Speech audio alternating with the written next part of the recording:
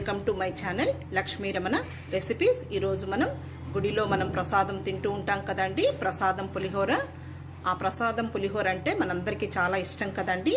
ఆ ప్రసాదం పులిహోరని మనం ఇంట్లోనే చాలా ఈజీగా టేస్టీగా ఎలా తయారు చేసేసుకోవాలో దానికి కావలసిన పదార్థాలు, తయారీ విధానం ఒకసారి చూసేద్దామండి.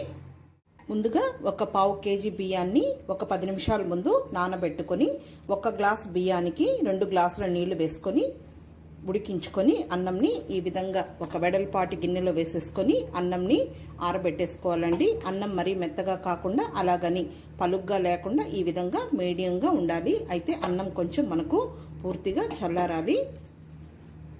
ముందుగా స్టవ్ వెలిగించుకొని ప్యాన్ పెట్టుకొని 1 టీ స్పూన్ ధనియాలు, 1/2 టీ స్పూన్ మిరియాలు, 1/2 టీ స్పూన్ మెంతులు, 1/2 టీ స్పూన్ ఆవాలు,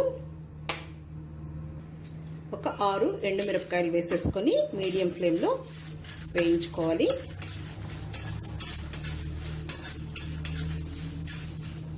ఇవి కొద్దిగా వేగిన తర్వాత ఇందులో 1 టేబుల్ స్పూన్ తెల్ల నువ్వులు వేసుకోవాలి. ఎందుకంటే మనకు ఈ తెల్ల నువ్వులు త్వరగా వేగిపోతాయి, అందుకని చివరన వేసుకొని ఫ్రై చేసుకోవాలి.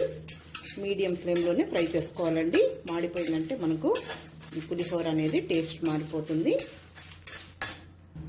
చూడండి, ఇక్కడ చిటపటమని సౌండ్ వస్తున్నాయి. ఇప్పుడు ఇవి వేగిపోయాయి, తీసి పక్కన పెట్టేసుకోవాలి. ఇవి పూర్తిగా చల్లారిపోయాయి. ఇప్పుడు మిక్సీ వేసేసుకోవాలి. ఇలా ఒక మిక్సీ జార్ తీసేసుకొని ఇవి ఇందులో వేసేసుకున్నాము. దీన్ని మరీ మెత్తగా కాకుండా కొంచెం లైట్గా బరగ్గా ఉండేటట్టు మిక్సీ వేసుకోవాలి. చూడండి, ఈ పొడి అండి మనకు ఈ పులిహోరకు మెయిన్ టేస్ట్. మంచి వాసన వస్తుంది. మనం నువ్వులు అవన్నీ వేసాం కాబట్టి చూడండి ఈ విధంగా వేసుకోవాలి. ఇప్పుడు దీన్ని తీసి పక్కన పెట్టేసుకోవాలి. ఇది ఒక 10 నిమిషాల ముందు ఒకసారి వాష్ చేసేసుకొని నానబెట్టిన చింతపండు అండి. మామూలుగా మనం ఈ చింతపండు గుజ్జుని ఇలా కొంచెం చేత్తో మ్యాష్ చేసి రసంగా అయినా వేయచ్చు.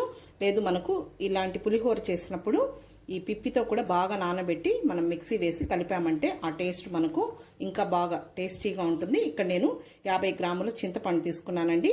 అంటే ఒక పెద్ద నిమ్మకాయ సైజ్ అంతా చింతపండు. ఇది బాగా నానిపోయింది, గింజలు లేకుండా తీసుకోవాలి. ఇప్పుడు ఈ చింతపండును కూడా ఇదే మిక్సీ జార్లో వేసేసుకొని మనం మెత్తగా పేస్ట్ చేసేసుకోవాలి. చేత్తో మ్యాష్ చేసే కంటే ఈ విధంగా మిక్సీలో వేసామంటే మనకు బాగా మెత్తగా వచ్చేస్తుంది. చూడండి, ఈ విధంగా మెత్తగా పేస్ట్ లాగా వేసేసుకోవాలి. ఇప్పుడు మళ్ళీ స్టవ్ వెలిగించుకొని ప్యాన్ పెట్టుకొని 1 టీ స్పూన్ నూనె వేసుకోవాలి. ఇందులో ఒక 2 పచ్చిమిరపకాయని ఇలా నిలువుగా కట్ చేసి వేసుకోవాలి. వీటిని లైట్గా ఫ్రై అవ్వనివ్వాలి.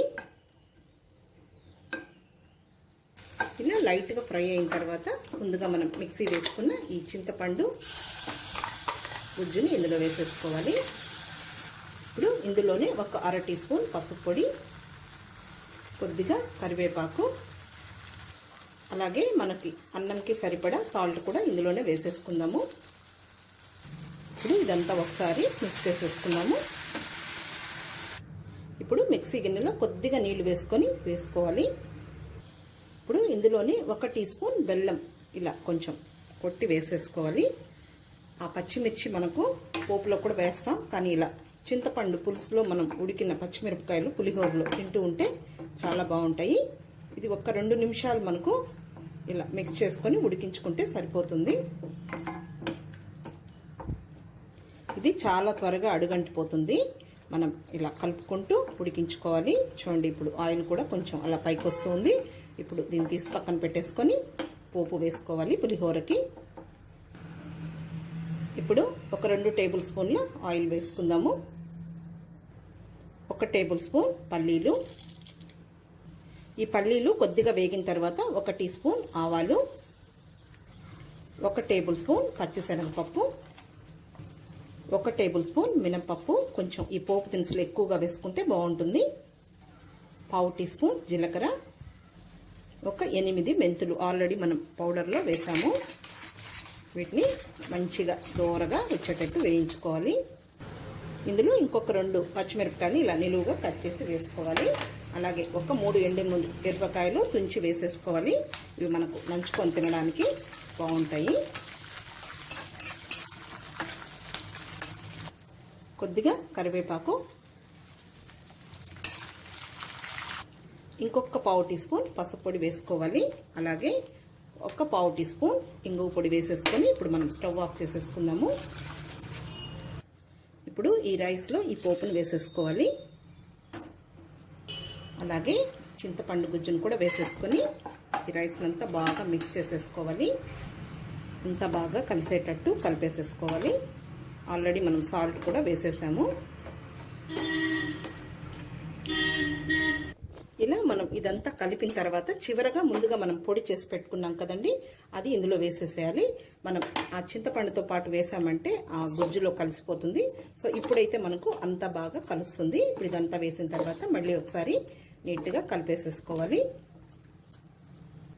ఇలా అంతా రైస్ని బాగా కలిపేసేసుకోవాలి. ఇప్పుడు ఈ పులిహోరనంతా వేరొక బౌల్లోకి డిష్ అవుట్ చేసేసుకుందాము. అంతే అండి, చూసారు కదా ప్రసాదం పులిహోరని మనం ఎలా తయారు చేసుకున్నామో. గుడిలో తింటూ ఉంటాం కదా అండి, సో మనం ఇంట్లోనే ఇలా ఈజీగా తయారు చేసేసుకొని దేవునికి నైవేద్యంగా పెట్టవచ్చండి. ఈ శ్రావణ మాసంలో ఇలాంటి ప్రసాదాలు మనం అమ్మవారికి పెడితే మనకు ఆ దేవుని అనుగ్రహం తప్పక కలుగుతుందండి. కాబట్టి మీరు కూడా ఒకసారి తప్పకుండా ట్రై చేయండి. ఈ వీడియో మీకు నచ్చినట్లయితే నా యూట్యూబ్ ఛానల్ లక్ష్మీ రమణ రెసిపీస్ని కొత్తగా చూస్తున్న వారైతే నా ఛానల్ని తప్పకుండా సబ్స్క్రైబ్ చేసుకోండి. నచ్చితే లైక్ చేయండి, షేర్ చేయండి. ఇంకొక మంచి వంటతో మళ్ళీ కలుద్దామండి. నమస్తే అండి.